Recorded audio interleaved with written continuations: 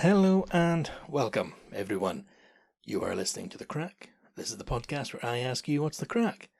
So what's the crack, guys? Get in touch, let me know. Spread the word, share the love. Let us all know how you're getting on. Because it'll be another week. So how are you?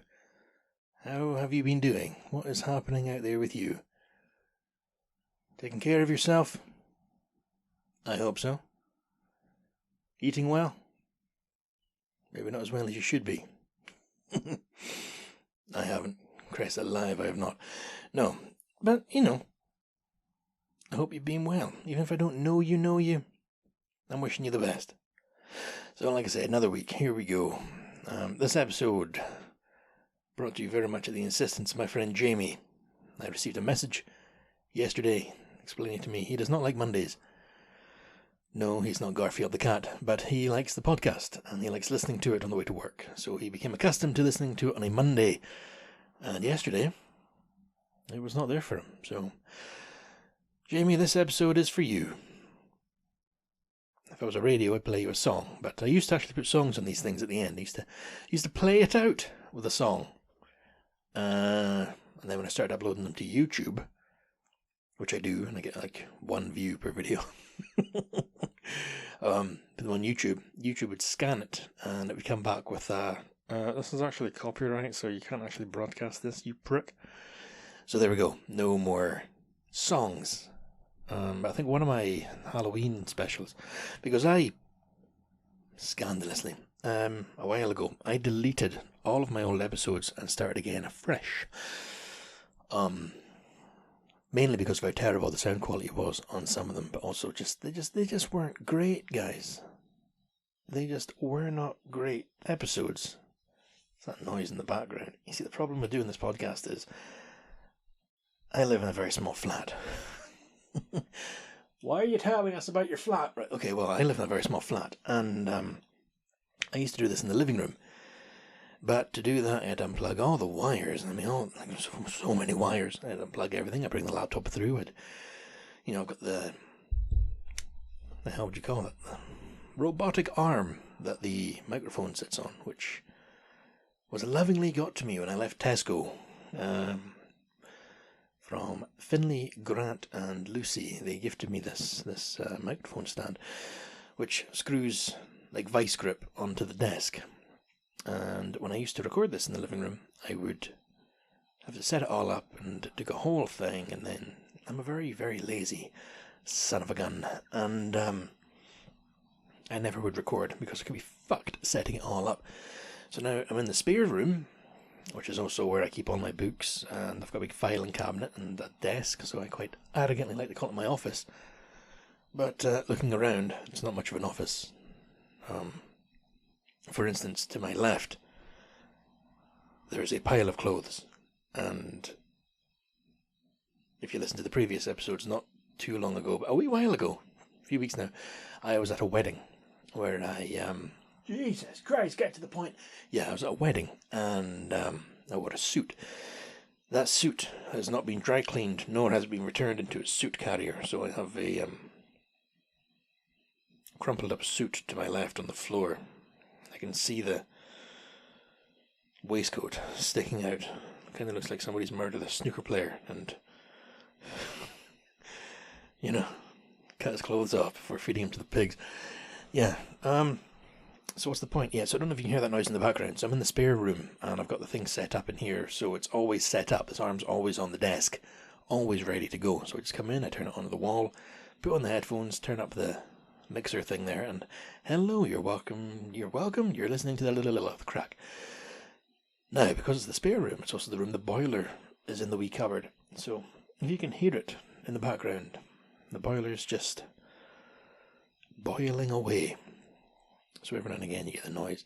And when I was in the living room, the table I would use, that's our breakfast table, our dining table, our board games table, jigsaw table. It's the table we use, and he a squeaky boy. Yeah, so like I'd be recording and I would just lean on the desk or the table and oh Jesus, kind of sound like somebody stood in a donkey's Donkeys don't have paws. Donkey's hoof. A donkey's hoof. So that's the crack, guys. That's why I'm sitting in the spare room. Jesus, long-winded way of getting around to it, name dropping. So we got Jamie, we got Finley, we got Graham, we got Lucy. Who else can I name? Yeah. That's why I'm in here. That's why I'm in the spare room. That's why there's that sort of static fuzz in the background. No. How's my week been? It's been fine, thank you. Yeah, not a lot of drama going on. I won't get into my financial problems, but that, sounds like you're going to. No, I'm not gonna.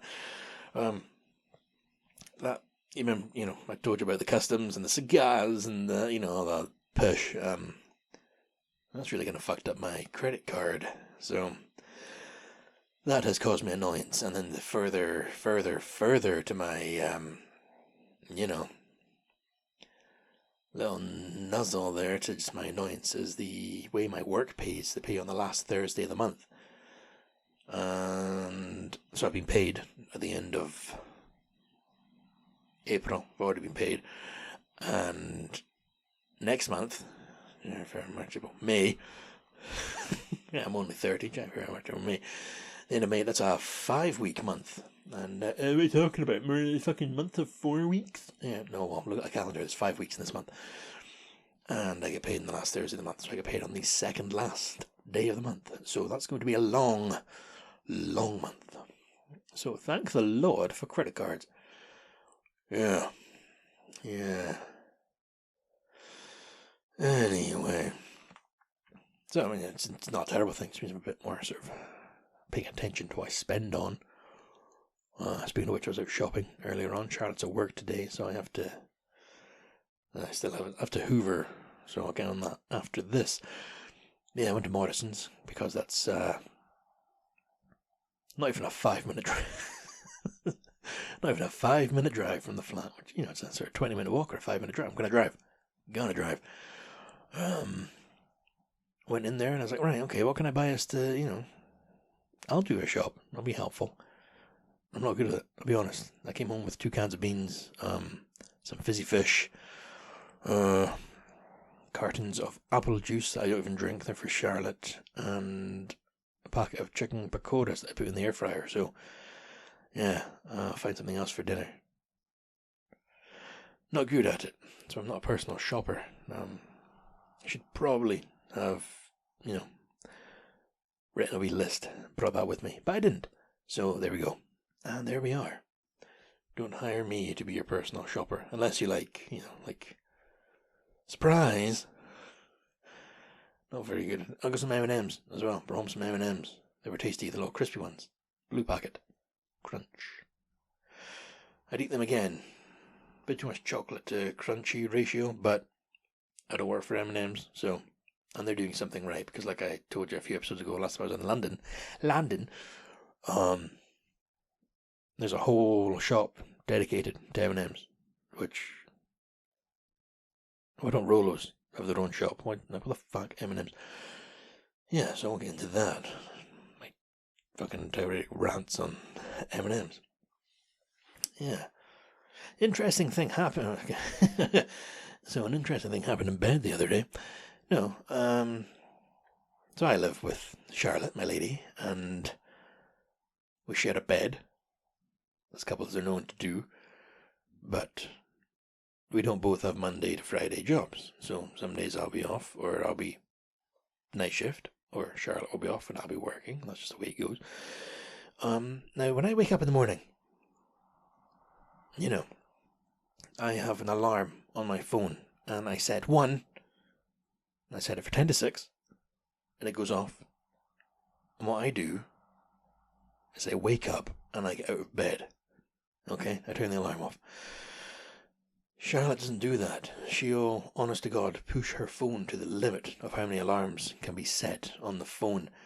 It will go off, it'll be turned off, it'll go off, it'll be turned off, it'll go off, it'll be turned off, and then maybe an hour, 2 hours, 3 hours. I'm pretty sure they start going off before she gets in bed. She'll get up. And amazingly, she's never late for work, so it works. It clearly works. But What happened this day was I was off work.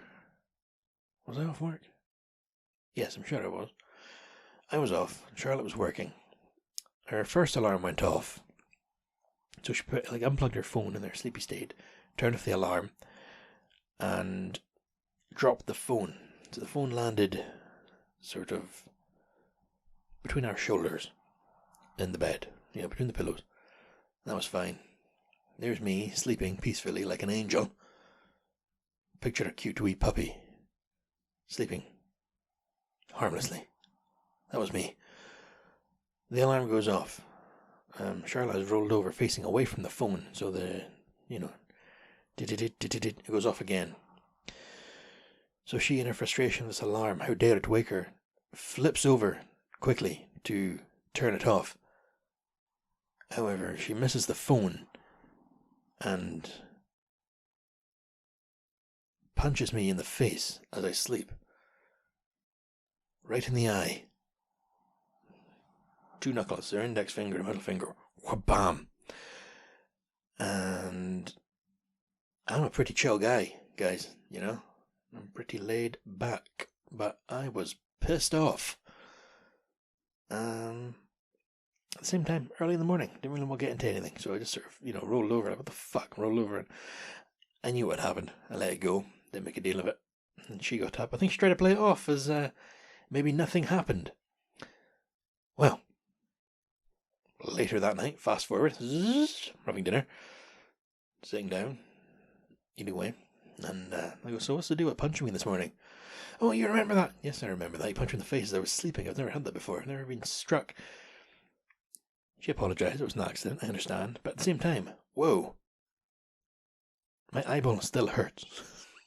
I didn't get a black eye, luckily. I didn't have to turn up at work and explain, Charlotte did this, because it's 2024, I'd probably be taken away and have a questionnaire, and there'd be some sort of person around to talk to me. But, yeah. Hope that brought you a laugh. Sleeping Lewis. Wha-bam. Left eyeball. Strike. Yes. Anyway, we still laugh about it now. At least I do. Charlotte's probably forgotten about it. Yeah. So what the heckin' else has been going on? Something I saw for the first time. We were driving along, and I say I was driving. Charlotte, passenger princess. Just sitting there, tra-la-la-la-la. Lewis will get me where we're going. She's just sitting there enjoying the lift, and maybe I told you guys about this. I may have done. Well, I'll tell you again. Yeah, we're going along, and somebody on the road, big, what do you call it, reflective jacket on. And I'm like, what the fuck's going on? And Charlie goes, there's somebody on the road. And I'm like, yes, thank you very much. In fairness, they were very highly visible. And it was a police officer sort of flagging the car in front of us into the car park at the council building in Inverness. And I was, what's going on there? So I went away, did their errand, came back, new car in the car park, not ours. And when I say not ours, we didn't get a new car at that time. We were, on the way back, and there was a different car in the car park. So it was police just doing spot checks, and I didn't know they actually did that. When you go on Twitter or something, they'll be like, police, they ran with spot checks in the Isle of Skye. They found that 4 people don't have insurance. Okay, cool. Didn't know they actually did that right here. So be wary, guys. There are sharks in the shallow waters. Then again, maybe they caught some bad guys, I mean, it was, it was uniformed police that caught the Yorkshire Ripper. So, give them their due, And I mean, I'm not sitting here like, oh, thank God they never pulled me over. I mean, I'm not driving around in like bodies in the boot or AK-47s in the back seat or something like that, just fucking cocaine all over my face, but just kind of weird. Like, they can just pull you over if they want, if they choose, just pull you. Like, the more I think about it, when I got pulled over when I was younger, they blatantly just lied to me. They just wanted to have a look at me, You sure this is your car? Yeah. Well, our system says it's not the model that it appears to be. Well, that sounds more like a problem with your computer. Then again, working for the ambulance service, maybe the police. You think all these emergency services be running tip-top, shiny, fantastic, top-of-the-range equipment. No. So, yeah, maybe the police actually were telling the truth. Maybe their computer was saying my wee Corsa wasn't Astra, despite confused.com insurance compare knowing otherwise.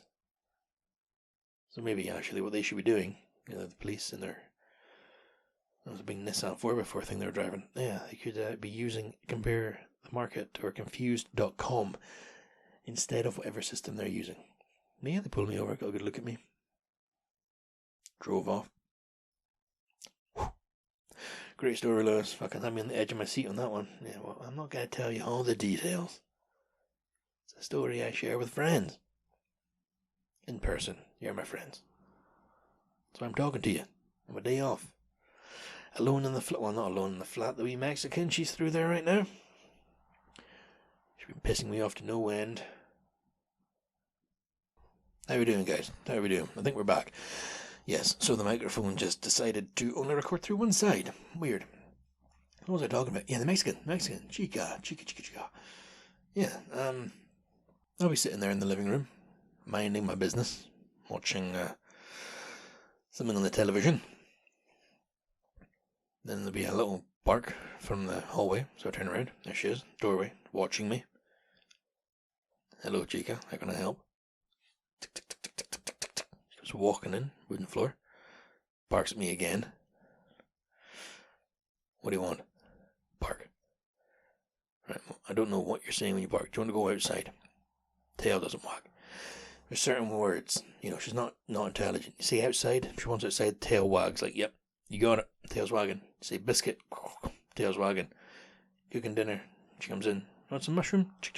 Tail goes wild. So yeah, we're sitting there at night time. Bark. Yeah, how can I help? You want to go outside? No tail wag. You want a biscuit? No tail wag. What do you want? You want up? Nothing. Alright, well, so I'll reach out towards her, because sometimes if she wants up, she's that small. You reach out, she walks forward and sort of puts her chest, I don't know, like, between her front, between her legs, Christ alive, man. No, between her front legs, like the torso. She'll sort of plop that in your hand, like, yeah, lift me up, puts her body, so you reach out to her, and she backs up a little bit and barks again. You're like, what do you want? Don't just walk into the room and start barking at me. It's like 1:45 in the morning. Trying to watch this program. Bark. God, you piss me off. So you stand up. Yeah, what do you want? She starts like hopping around. Getting all like, fucking let's go then. Like she's gonna fight with you. What do you want? You give her a biscuit. She looks at it and looks at you like you fucking insulted her. Okay, you don't want a biscuit. So you pick her up, put her on the couch. Sit back down again. Still staring. What the fuck are you staring at? Bark. Why are you barking at me? And then, for no reason at all, she'll go over to her side of the couch and just sort of curl up and sleep. I don't know what she wants. Like, help me help you. I do not know. I do not know.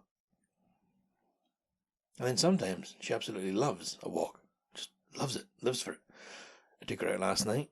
Very dark. Went to the battlefield again because, there's no other dogs out there. She hasn't played next to other dogs. She was not for walking. She was like, despite being about a foot fucking long, when she plants her feet down, doesn't want to move. She's not moving. I mean, I'm not going to like yank her, like I caught a fish in deep water. Like, yeah, here we go, got ourselves a live one. I'm not going to do that. I'm not going to start yanking the poor wee fucking puppy along. I say puppy, she's 8 years fucking old. Yeah, so we didn't even get halfway through the walk. I was like, fuck it, okay, you know what, you want to go home, we can go home. And she understands that, because she was like, okay, and then just set off back to the car. Like, so you do speak English. You understand what I'm saying, but your barks don't differentiate. I don't know what you want, and it annoys me because I'm trying to chill out, and then you start barking at me. Anyway, if you watch Chihuahua, I highly recommend it. They're lovely wee dogs, and I love it a bit. Yeah, I'm sure you didn't tune in to hear about dogs. I'm surprised she hasn't actually started barking yet, because she's in the living room on her own just now. we were watching TV. I was watching a program called Bosch on Amazon. It appears I'm in a noir phase. Start reading the books again because I read quite a few of them. I've got them on the shelf there. Frustratingly, I can't remember where I put the first one. Black Echo. I may have given it to my dad to read a long time ago, and he's not returned it. But yeah, Bosch. It's if you know me, if you've been listening to this, you know I'm into my moody detectives in Los Angeles. It's one of those ones, guys. Yeah, goes around listening to jazz and solving crimes. Yeah. Amazon, they've got a TV series. You say TV series? An Amazon series on it from about 10 years ago.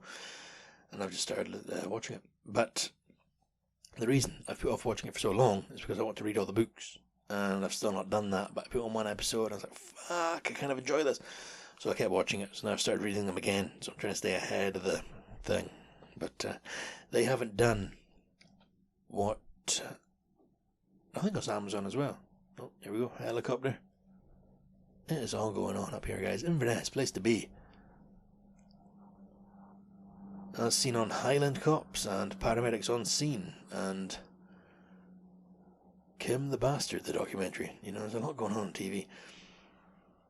Yeah, so I've also got the book there. The books are beside each other on the bookshelf there. So we got Michael Connolly. He writes the Bosch series. Amazon had the series on Bosch, just called Bosch. And then Amazon also, I've got the Lee Child books up there as well. And that's the Jack Reacher series. They're a bit different. They're more like not quite James Bond. Maybe like a Western in the sense that is it set in the West? No. Do they wear cowboy hats? No, they don't wear cowboy hats. It's a Western in the sense that he rides into town on a bus or a train. He comes into town. There's a problem. Maybe it's corruption with the local sheriff, or there's gangs threatening the local people, and he solves the problem. He doesn't take any shit. He'll kiss the lady, and then he'll ride out of there, and that's the book. But they're good. But what Amazon did when they made I've not actually seen the second series, so probably talking shit. The first series was based on Killing Floor, the first book. And instead of trying to cram the whole thing into one episode, the first series was the book. And that's good because I've read the first 4 or 5 books. So I'm hoping the second series is the second book. Die trying. But then to complicate things, I don't think the books are actually written in order of time, if you know what I mean. Like, well, if you start with the first book, you should read the 4th book after that, because that's actually next in the series. And then 9th book comes 3rd, but if you look, okay, go. Can you not just write them 1, 2, 3, 4, 5, 6, 7, 8? I don't know, but that was Amazon. So, seems when Amazon make a series out of a book, instead of naming it after the books, they just name it after the character. So, you got Bosch and Reacher. And I suppose if MGM never wanted to sell their moneymaker, the James Bond series, maybe Amazon would buy that and just have Bond. That'd be cool. They were to film that, set it back in the 50s when it's, I don't know if you've ever read the James Bond books, but they're a little bit different from the films. Well, that's what the Sean Connery ones are a bit closer in tone, where the guy is basically a chain-smoking alcoholic who walks a very fine line between being a sexual predator and a gentleman. Yeah, not a nice guy. Clearly like a psychopath. But the books, very well written, they're very small. They're not pulp novels by any means. They're not shitty wee, like, easy to digest things, but they're quick. You can see why they were so popular back in the day. They're just do. Yeah, they just hit quick. They're good. So if they were to make a series of that, it'd be cool if they could set them back in the 50s and have it quite accurate to the books, because books are very different from the films. Casino Royale, the first one. If you've seen the Daniel Craig film, you've not read the book, because the book's very different. Like the villain Le Chiffre in the book, he's a morbidly obese, strange, weird guy. And, in the film, it's Michael Madsen. He's pretty cool and suave. And the book, he's a sweaty, sexual deviant.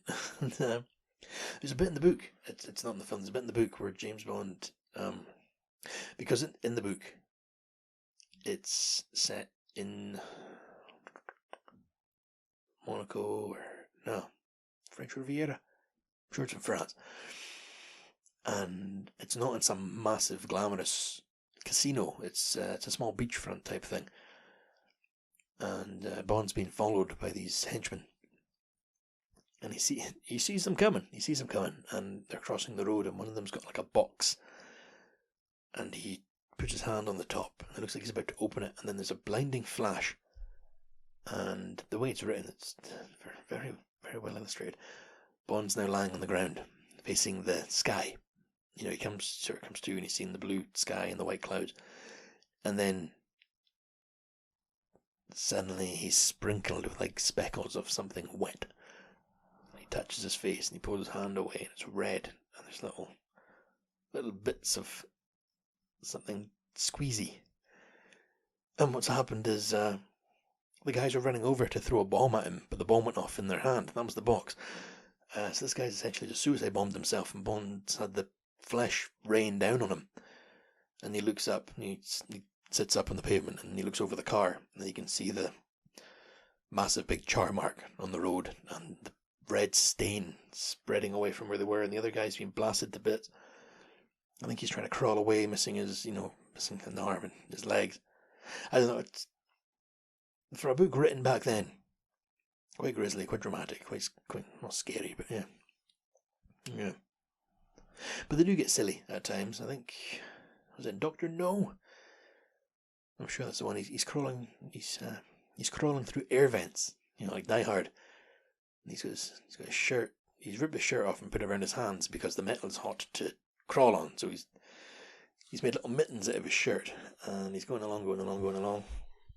That's the boiler back on. And he falls down a chute, thump, and lands in water. Yeah, hello, what's all this then? Why is he in water? And then there's a giant squid.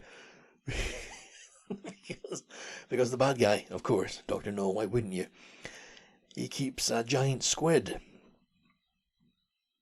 Because why not? So I don't know, if Amazon were to ever own James Bond series, that'd be cool. A little James Bond episode thing based on the books, because there's plenty of books. How many are there? Hang on, it's fucking also my bookcase. So what's that? Thunderbolts number 9 joins the next shelf. Octopussy is number 14. So there's 14 books to go from, and I'm pretty sure Octopussy at the end there, that's all short stories. Yeah. I'm sure I had a point there. What series would you like to see adapted for television?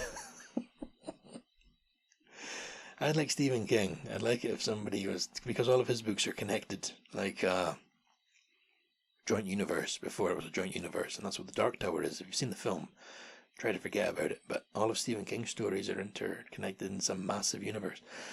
So, say Amazon, if they were to buy it, I would like it if they were just to make all of his books, just sit down and go through them. Start with Carrie, then have Salem's Lot, and then The Shining, and then do all the short stories, Night Shift, and then go into the Bachman books and stuff like that. Just do every single one, but have them all in that shared universe. Because Pennywise the Clown from It, she, because it's actually a woman, takes the form of a giant spider. I know, comes from a world between worlds, which is from The Dark Tower. But this is very nerdy Stephen King shit, which I don't need to get into. But, for instance, The Shining.